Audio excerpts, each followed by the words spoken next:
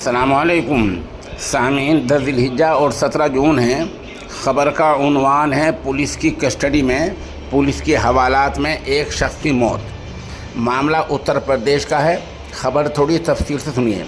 UP के एटा के थाना निधोली कलां की हवालात में एक शख्स की मौत हो गई। इस मामले में वहां के थाना इंचार्ज और मुंशी को मुअत्तल कर दिया गया है। बताया जाता है कि पुलिस गुज़िश्ता रोज़ राकेश को उठाकर ले गई थी। राकेश को हवालात में बंद कर दिया, कुछ खाने पीने को नहीं दिया। सुबह उठा, सुबह बिजली चली गई, सुबह भी उसको कुछ नहीं दिया गया, जिससे वो चकरा कर गिर गया और मर गया, उसका इंतकाल हो गया। पुलिस अफसर का बयान सुनिए। वहाँ के पुलिस अफसर राजेश कुमार सिंह ने सहाफ़ियों को बताया कि मौत बताया जा रहा है खाने पीने से हुई है। 2 एहलकारों को मुअत्तल कर दिया गया है, लेकिन रात को इसलिए रखा गया था कि कोई उसके घर से आदमी नहीं आया था।